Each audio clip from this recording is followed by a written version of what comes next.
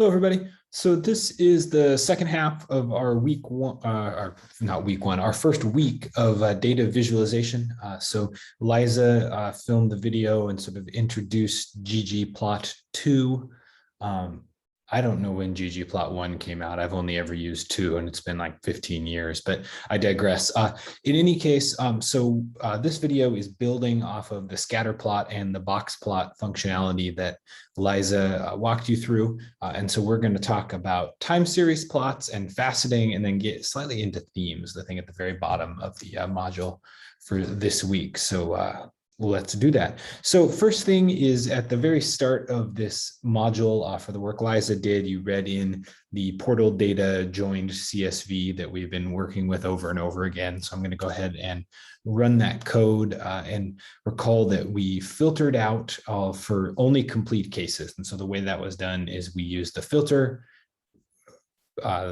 function, and then within the filter function, we called the complete.cases function, which essentially returns like a true or false vector for whether each row has a set of complete observations or not, and then filters based upon that. So go ahead and run that code. Oh, I forgot to load the tidyverse. So let me go ahead and do that. Library tidyverse. Okay, so running that code, it all opens up and I have my surveys complete object loaded. So now let's say we wanted to do some sort of time series observation. In this case, maybe we simply want a tally of how many of each species were observed for a given year. So we have species indexed by the species underscore ID function, or a function, the variable, and then we know what year each species or each observation was observed in. And so we can use the count function to tally that up. And we're going to make a vector called yearly underscore counts. And if we look at yearly underscore counts, or we read about it, or simply enter it into the console, we have a table that has 3 columns. The first column is year, the next column is species ID, and the third column is the number of observations for that ID year combo. We in class last week used a couple other ways of getting at this same, essentially the same data frame. So we talked about using summarize after calling group by. So group by, summarize, use the n, just like the n open close parenthesis to count function. So there's multiple ways you can do that, but we're showing you another one here, just calling the count function on each year and species ID combo. So now we have this tibble. This starts to look like a time series, right? Because we have different species observed over multiple years and a separate observation for each year. So the simplest thing we can do is some sort of ggplot command, and I will just retype this here. So we open up the ggplot, the first initial ggplot function, and say the data used for this plot comes from the yearly counts data frame. And then here we're going to give it its mapping information. I often skip mapping. I often just type AES because ggplot's pretty intuitive this way, and it's pretty, you don't often, it's very rare, I guess I should say, to enter many more things into the ggplot function. You're typically just entering in data and then the mapping command. But in any case, we can add that, and then we want to say what the x axis is and what the y axis is. So in this case, we want species counts over time. So we probably want time playing out on the x axis. That's a fairly good convention to be in for time series plotting in general. We want counts to pop up on the y axis. And we can run that. Actually, it won't run unless we actually tell it what type of grob to plot here. So let's say geom line. And we get this result, and hopefully yours looks like it does on my screen. It looks really bad. So what's going on here? This also is a purposeful mistake that we made in the module you can look at to show what happens when you don't tell ggplot how to group observations if you're plotting a line. So essentially what's happening under the hood here is you're feeding in a vector of years and counts, and it's not paying attention to species ID. So it's getting like 10 different observations for 1985. And so it's drawing a line through all of those. And then it's getting like 10 different observations for 1986. So it pops up to the top one in 1986, and then it runs through all of them, and then pops up to the top one in 1987, and runs through all of them again. And so it's essentially, it doesn't know that you want a separate line for each species. It just says draw a line through all the observations. And so that's why it looks kind of crazy. So what can we do about that? We have a group command that we can enter into the AES function, and it's simply called group. And in this case, since we want a separate line for each species ID, we set the group to be species ID. So the rest of the call is identical, the same ggplot entries, the same geom line grob, but we are saying, hey, just so you know, we want you to group these observations by species ID or plot a separate line. And sure enough, if we run that, it actually starts to look somewhat more coherent. We have a separate line for each species. This is a fairly easy example to sort of unpack and figure out what went wrong. There'll be times where you get sort of that like a weird output, and it's a little tougher to diagnose, but often it has something to do with whether or not ggplot is grouping as you want it to. And that's often behind a lot of sort of like weird, this also will show up if you ever do any spatial mapping, and you'll like plot some polygons and it'll look crazy, and it'll turn out like the grouping isn't set quite right. Okay, so now we have time series. We have all these lines. You might want to, you can envision any number of circumstances, time series or not time series, where you might want a separate box for each observation. So not each observation, for each grouping. So instead of all these lines running across each other, you might want to split it out so there's an individual box for each species ID. So what that's called in ggplot land is faceting, F-A-C-E-T. And there's two functions you can use. There's facet_wrap, W-R-A-P, and there's facet_grid, G-R-I-D. In this case, we're working with facet wrap. It tends to have, at least in my experience, slightly nicer behaviors. There's circumstances where you might use facet grid, but that's used if you have some sort of very intense faceting process. Like if you imagine like you're plotting some sort of multiple correlation, like correlation between like 10 different variables. And so you have a matrix of like sort of X on Y, X on Z, that sort of thing. You might use facet grid. In this case, we want facet wrap. The entry to facet wrap is a function style argument into R. And so it's just the right side of a function, not a left side. So you're going to type facet wrap. So we add a plus sign, so we're adding to the geom line grob. So our ggplot grob, the geom line plus that's facet wrap function. And the left-hand side of the function is empty in this case. And then the right-hand side is the variable we want to facet by. So in this case, species ID, we want a separate plot for each species ID. Okay, and it's giving me an error because I called it on the wrong function. So in this case, there was no group by, and so it didn't know how to parse that out. It gave me a weird message. So let me make sure I have that set right again.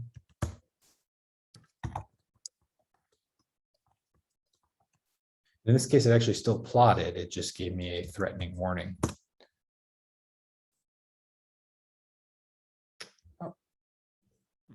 I'm not actually totally sure why it's giving me that warning then. Let me try this. Getting live troubleshooting here. We'll have to look into that. Somewhat weird behavior. I think part of this might have to do with something about incomplete observations across cases and times. In any case, so now you can see we have a whole bunch of species. So this plot gets a little compressed. But we end up with, looks like 5 by 5. So we basically have a 24 different species in each individual plot. There's a couple features you can add into your facet wrapping. So for instance, if you use the tab complete, you'll see you can make settings, like you can say n row equals 2. And so now it's going to make a kind of a crazy looking plot where everything's compressed into 2 rows and then as many columns as you need to finish.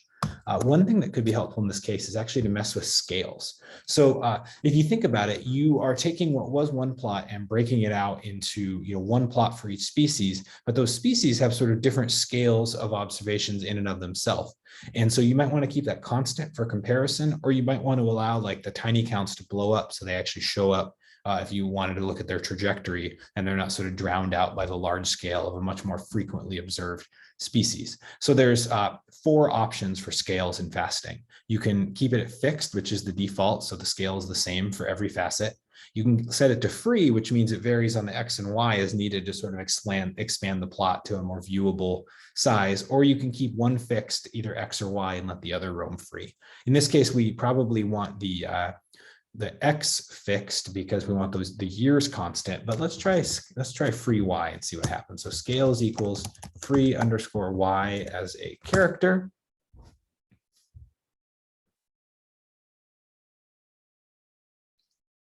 And now you can see that the scales on the left-hand side, the y-axis scales are all different, and it's not immediately apparent looking at the lines like which species are more or less frequent because they all sort of are blowing up their individual plots. And so you can think of different circumstances in which this might be more or less warranted, but just to show that you can play around with it. As another question, we could ask what happens if species ID is on the left. And in this case, it doesn't work. There are circumstances, particularly when you call facet grid, where you specify a value on the left and the right side of the function. And so it facets by both of those. If you're only using one, you want to go ahead and facet by, you put that variable on the right side. Okay. And just to show, I guess, let's show facet grid real fast, just to prove that works as well. Facet grid, it did not like that. So I did not expect to get an error on these data, so I will have to do a little digging and report back in class on why that actually showed up. We try and run through these live, so it's kind of the experience of seeing us think through that rather than having a package, but that means sometimes you get an error we didn't expect, and I need to think about that rather than rambling on video about it. All right, final element to discuss. You can set themes in ggplot. So if you recall, let's just run the plot without fasting again because it'll show up a little better visually. So we have this line plot. This is sort of base R. If you see a plot that has a gray background and these subtle white grid lines and this sort of aesthetic, this is the base ggplot2 plotting function. But there's different themes you can add that make all sorts of changes to the plot. Basically, plots are infinitely customizable. So one theme I use a lot is I use the theme underscore BW function. So most themes are designated by their own function. In fact, there is just a base theme function in ggplot as well. And so you can open that up and there's all sorts of ways to mess with the plot. So we can do something like plot background equals black. And this will actually, I think, should just work. I didn't like that. I'll have to put in an element rectangle call.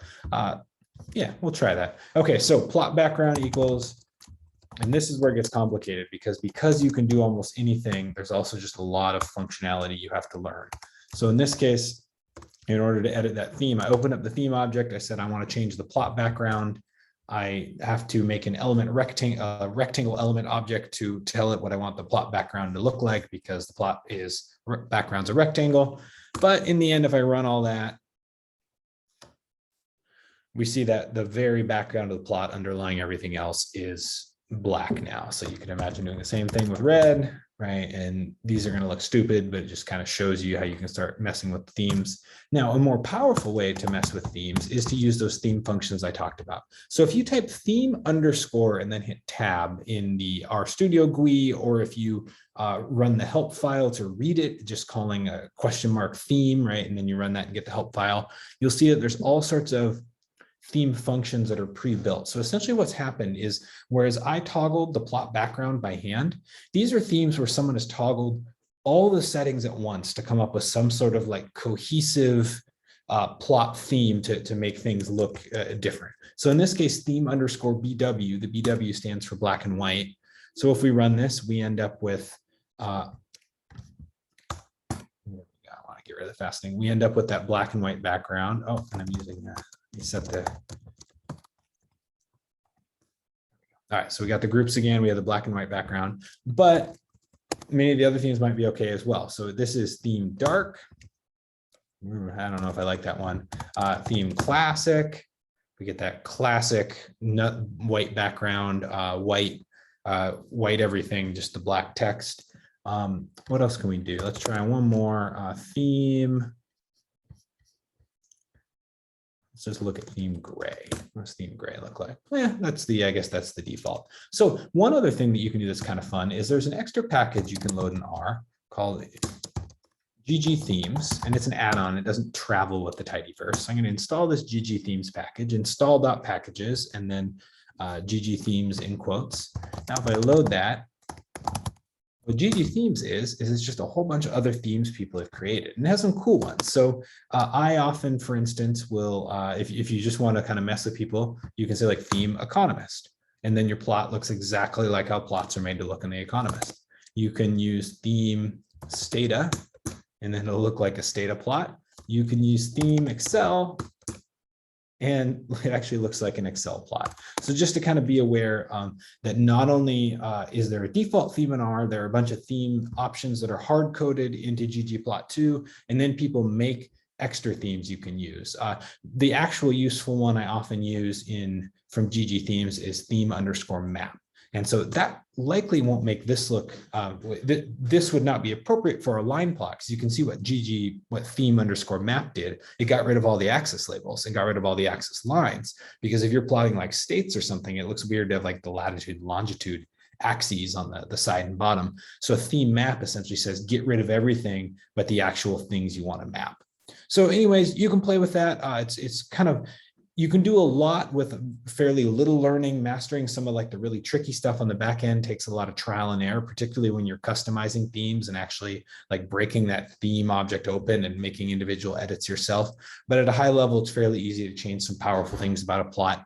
And one thing to get in the habit of is just refuse to turn in things that look like a base R plot. It just sort of makes it look like you didn't have much time or didn't quite know how to do anything. So at the very least, always toggle it to like theme_BW or something fairly simple, just to kind of show that extra value add of like, I know what I'm doing and I'm a programmer.